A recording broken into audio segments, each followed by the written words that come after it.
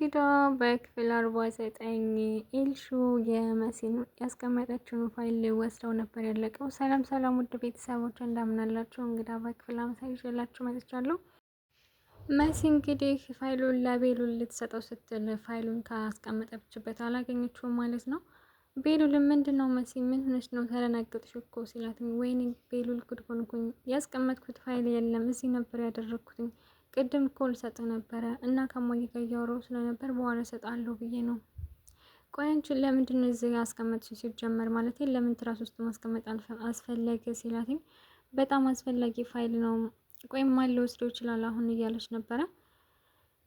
ይህን ያህል ምን ሆነ በጣም አስፈላጊ ፋይል ነው እንዴ ሲላትኝ፣ አይ ቤሉል እኔ ልነግርህ አልችልም፣ ቆይ አንብበሽው እንዴ ሲላትኝ፣ እኔ አላነበብኩትም ግን አንተ ነህ ማንበብ ያለብህ፣ እኔ ግን የምጠረጥረው ሰው አለ፣ ስለዚህ እንጠይቃቸዋለን፣ አንተ ሄለን ጠይቃት፣ እኔ ደግሞ ኤልሹን ጠይቃታለሁ ብለው እሺ በቃ ተባብለው እንግዲህ መሲ ኤልሹ ልጠይቃት ስትል ኤልሹ ተደብቃ ነበር ማለት ነው። ኤልሹ ካለሽበት ውጭና የወሰድሽውን ፋይል አምጪ ስትላትኝ፣ ኤልሹ ምንድነው እንደዚህ የሚያስጨውሽ? ለምንድነው እንደዚህ ምጪ? የምን ፋይል ነው ደግሞ?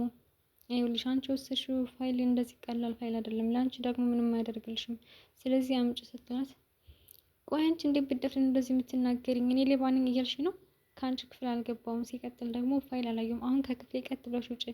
እኔ የተጣላሁት ከማሚ ጋር እንጂ ከሁሉም ሰው ጋር አይደለም የተጣላሁት፣ ስለዚህ ማሚን ደግሞ በትንሽ ነገር መታረቅ እችላለሁ ብላ መሲም እንግዲህ መልሳታለች። ማሲም እንግዲህ አይ እንግዲህ እሺ ችግር የለውም በማገኘው መንገድ አገኘዋለሁ ብላ ትላለች ማለት ነው። ኤልሹ ናት እንግዲህ ፋይሉን የወሰደችው ከመሲ ክላስ ገብታ ነበረ። እሷ ናት የወሰደችው እንግዲህ እንዳስቀመጠችው አልተናገረችም ለመሲ ማለት ነው። ሄለን ደግሞ ውጭ ሄዳ ነበረ። ቤሉልና መኳንንታቸው እያወሩ ነበረ። ወይ መኳንንት እንዴት ነህ ስራ እንዴት ነው ሲለው፣ አይ ሀሪፍ ነው ግን ቤሉል ይቅርታ አድርግልኝና ስራ መጀመሪያ ነው ያስችለኝ ብሎ ለእህቴ ነግሬያታለሁ ያለው ነበረ። እሱም አይ ችግር የለም ለመሲ ከሆነ ግን ከዚህ ቤት ካለው ሰው ሌላ ሰው ማወቅ የለበትም እያሉ እያወሩ ያለ እንግዲህ ሄለን በድንጋጤ እየሮጠች መጥታ ነበረ። እንዴ ማሚ ምን ሆነች ነው ለምንድን ነው የምትሮጪው ምናምን ሲላት፣ ቤሉል ምንም አልሆንኩም እንዴ ምን ሆንኩኝ ሮጥኩ እንዴ ብላ እንግዲህ ሄለን በጣም ተደነግጣ ነበረ። አይውላችሁ እዚህ ቤት የሆነ ሰው መጥቶ የኔን ስም ከጠየቋችሁና አለች ወይንም የለችም ብለው ከጠየቋችሁ የለችም እንደዚህ አይነት ሴት አናውቅም ብላችሁ ንገሯቸው ብላ እንግዲህ ሄለን እየሮጠ ወደ ክፍሏ ይላል ማለት ነው።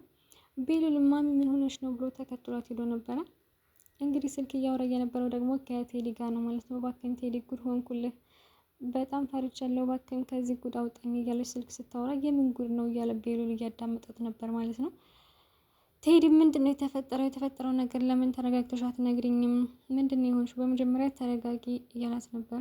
አይ ጉድ ሆኛለሁኝ፣ ያቺ ልጅ እኮ ሰዎችን ሁሉ ሰብስባ መጣች፣ ወደ ቤት ከመጣች ደግሞ ያልቅልኛል፣ ወደዚህ መምጣት የለባቸውም፣ እባክህ ቴዲ ከዚህ ጉድ አውጣኝ እያለች እያወራች እያለ እንግዲህ ቤሉል ምንድን ነው የምን ሰው ነው ወደዚህ ቤት የሚመጣው እያለ እየተደናገጠ ነበረ። እሱም ማለት ከዚህ በፊት ሄለንን በጣም ነው የሚያምናት፣ ግን ወንጀለኛ እንደሆነች ቤሉል አያውቅም ማለት ነው። እንደውም ጠብቀኝ መጣሁ ብላ እንግዲህ ወደ ታች ሄዳ ቤሉል ደግሞ ከኋላ ነበር ማለት ነው። አብሮ ተከትሎ ለመሄድ አስቦ ነበረ። መኳንንትን ደግሞ ቆይ አንተ ወደ ውጭ ሀገር ልልክ ነው እየተዘጋጀ ነው ወይ ስትለው፣ የምን ዝግጅት ነው ስራ ግንጀላለሁ ብያለሁ እኮ ለምንድን ነው የማትዘጋጀው ስትለው፣ አይ እኔ እዚህ ያለሁት እናቴን ብዬ ነው እንጂ ስራ ብዬ አይደለም፣ ስለዚህ እኔ የትም አልሄድም ሲላት፣ እየጠየቅኩ እኮ አይደለም ትዕዛዝ እያስተላለፍኩልህ ነው ብላ እንግዲህ መኳንንትን ተናግሯለች። ስልክ ሲደወላት ስትወጣ ቤሉልም ተከትሏት ሄዷል ማለት ነው። እንግዲህ እሷ እየሄደችው ቴዲን ለማግኘት ነው። ቤሉል ደግሞ ከኋላ እየተከተላት ነበረ። እሷም አላየችውም እየተከተላት እንደነበረ። ቴዲ ጋር እንግዲህ ተገናኝተው እያወሩ፣ ቆይ ምንድን ነው የሆንሽው?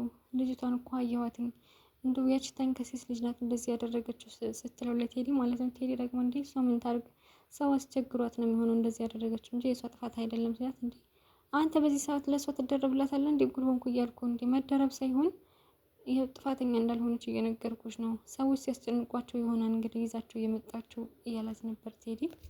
አንተ ደግሞ ምን መናገር እንዳለብህ እንኳን ራሱ አታውቅም እያለች እንግዲህ ቤሉል ከኋላ መጥቶባቸዋል ማለት ነው። ቴዲም በጣም ደንግጦ ነበረ። እሷ ምን ሆንክ ብላ ስትዞር ቤሉልን ያየችው። እንዴ ቤሉል እዚህ ምን ታደርጋለህ? እንዴት መጣህ ስትለው፣ እንደዚህ ነው የመጣሁት፣ እንዴት ልመጣ እችላለሁኝ? ቆይ እዚህ ምን እያደረግሽ ነው? ቆይ አንቺ ግን ምን አይነት ሰው ነሽ? አይ ለስራ እኮ ተገናኝተን ነው፣ አንተ እንደምታስበው አይደለም። ለስራ ነው አይደል የተገናኛችሁት? እዚህ ቦታ ለስራ ትገናኛላችሁ? ምን አይነት ባለጌ ነህ አንተስ? ባሏ በቅርብ እንዳረፈ እያወቅ እንዴት እንደዚህ ታደርጋለህ?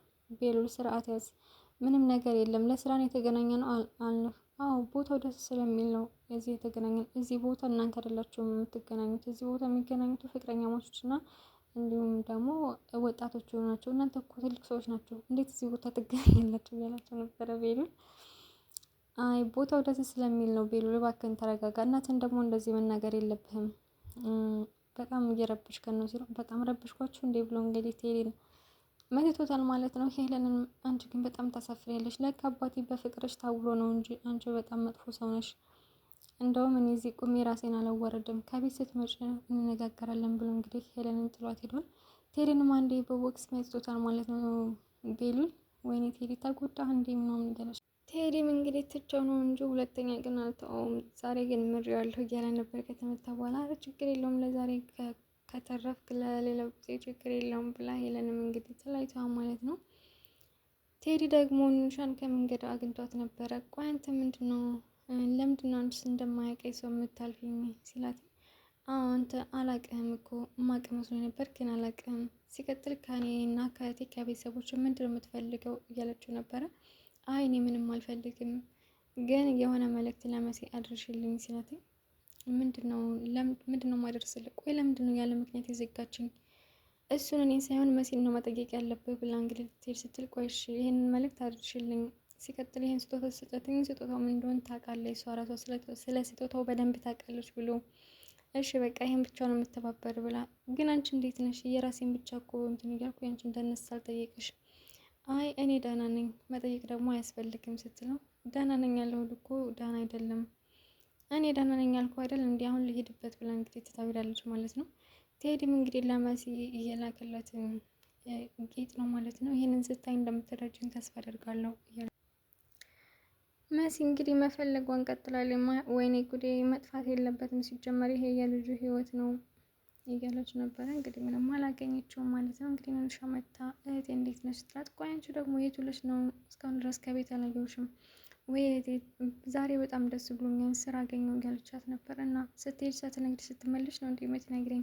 ወይ እንደዚህ የምቆይ አልመሰለኝም ነበር እያለቻት እየነገረቻት ነበረ። እና ደግሞ የሆነ ሰው ላንቺ መልእክት ልኮኛል ስትል፣ ማን ነው ምንድነው የላከልኝ ስትል፣ ቴዲ ነው ብላ እንግዲህ ስጦታውን ስትሰጣት፣ ቆይ አንቺ ለምን ቁመሽ አናገርሽው? ሲጀመር ለምንድነው ያዋራሽው? ትተሽው አትሄጂም ነበር እንዴ?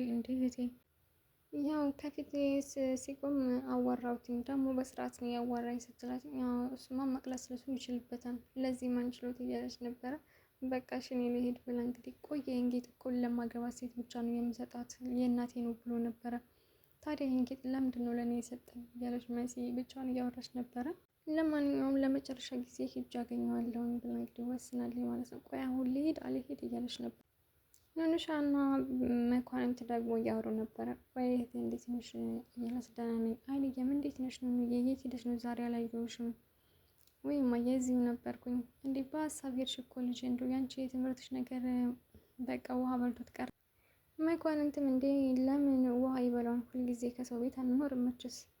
አይ ከሰው ቤት ነው ትምህርት ከባድ ነው። አይ እማዬ ግድ የለሽም እንወጣለን በቅርቡ፣ ደግሞ ሁልጊዜ ከሰው ቤት አንኖርም። ወደዚህ ቤት የመጣነው ደግሞ ለበጎ ነው ስትል፣ አይ እህቴ ከሰው ቤት መምጣት ለበጎ ነው አይባልም፣ ከሰው ቤት መኖር ለበጎ ነው አይባልም ስትለው ሲላት መኳንንት ማለት ነው ለኑኑ፣ አይ ወንድም ያልታየም እንጂ አንተ ራሱ እኮ ተረጋግተሃል፣ ብዙ ነገር ተምረናል። ያው እኔ ራሱ በፊት የማስበው ሁሉም ሰዎች ለመልካም ነበር የሚቀርቡኝ ይመስለኝ ነበር፣ ግን ያቀፉና የሰሙት ሰዎች ሁሉ ለእኛ ብለው አይደለም። ስለዚህ ሁሉም ሰው መልካም እንዳልሆነ ተረድቻለሁ፣ ብዙ ነገር ተምሬያለሁ። አንተ ራሱ እንደዚህ አልነበርክም፣ በጣም ቀልቀላ ነበርክ፣ አሁን ግን ተረጋግተሃል። ስለዚህ ፈተናው ለበጎ ነው እያለች እንግዲህ ኑንሻ እየነገረቻቸው ነበረ። አይንዬም ወይ የኔ ልጅ እንደው ጎበዝ እኮ ነሽ አንቺማ ገሌ ጥሩ ነው ገሌ መጥፎ ነው እያልሽ ቁጭ ብለሽ የጻፍሽ እኮ ነው የምትመስሊው ስትላት፣ አዎ እንደዛም ባይሆን እየተረዳሁትን ያልተረድቻለሁኝ። መኩ ደግሞ እዛ ሳለ ከሁሉም ሰው ጋር መጣላት ነበር ስራ፣ እስኪ ንገሪው እማዬ እያለቻት ነበረ ለአይንዬ ማለት ነው። አይንዬማ ልክ ነሽ የኔ ልጅ ብላ እንግዲህ እሱም መኳንንት ማራን እንግዲህ ወሬ ቁጭ ብዬ አላዳምጥም፣ አሁንም ችኩልና አልተወህም እና ቁጭ ብዬ እንደ ሴት ወሬ እንዳዳምጥ ነው የፈለግሽው ወይስ ወይ ቡናና ቁርስ አትጨምሪበትም እያለ ነበረ መኳንንት ማለት ነው። እንግዲህ የልጁ ደግሞ የኑኑሻም ስልክ ጠፍቷል ማለት ነው። እማዬ ከክፍል ገብተሽ ነበር እንዴ ስትላት፣ አይ ያልገባውም ምንድን ነው ስትላት፣ የሆነ እቃ ነበር እሱ ጠፍቶኝ ነው፣ ግን ካልገባች ችግር የለውም ብላታለች። ኤልሹ ደግሞ ዮንሻን ወደ ክፍሏ ጠርታት ነበረ። ወይ ኤልሹዬ አንቺም ጠፋሽ፣ እኛም አልፈለግንሽም እና ምን ፈልገሽ ነው ስትላትኝ፣ ወይ ልብስ ፈልጌ ነበረ ያንቺን ልብስ እንድታወሽ ፈልጌ ነው ስትላት፣ አይ እኔ ልሰጥሽ አልችልም፣ ይህ ከጥፋት ላይ ጥፋት መጨመር ነው፣ ስለዚህ አልተባበርሽም ስትላትኝ፣ እኔ እኮ ስለታረቅን ነው በትህትና የጠየኩሽ፣ ከዛ ውጭ ግን በራሴ መውሰድ እችላለሁ። ልብሱን እኮ የገዛችልሽ ማሚ ናትኝ።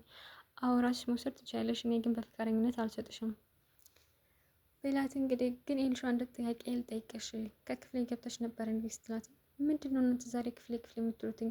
አንቺም እህትሽን ትጠይቁኛል ወይ ኤልሹዬ? ይቅርታ ያው ስልኬ ስለጠፋኝ ነው፣ ገብተሽ ከነበረ ብዬ ነው ብላ እንግዲህ ኤልሹ ነግራታለች።